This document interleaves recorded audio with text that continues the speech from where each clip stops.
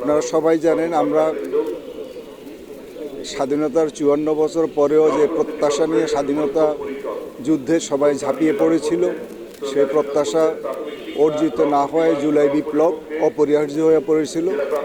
এই জুলাই বিপ্লবের যেই রেজাল্ট বা ফলাফল জনগণের দ্বার প্রান্তে নেওয়ার জন্য বর্তমান অন্তর্বর্তীকালীন সরকার ১২ই ফেব্রুয়ারি গণতান্ত্রিক উত্তরণের জন্য নির্বাচনের শিডিউল ঘোষণা করেছে। সেই ফ্যাসিস্ট যারা পালিয়ে গিয়েছে তারা এই নির্বাচনকে ভণ্ডুল করার জন্য বিভিন্ন প্রকার চেষ্টা চালিয়ে যাওয়ার জন্য তারা বিভিন্ন সময় বিভিন্ন ধরনের প্ল্যাটফর্মে কথা বলেছে।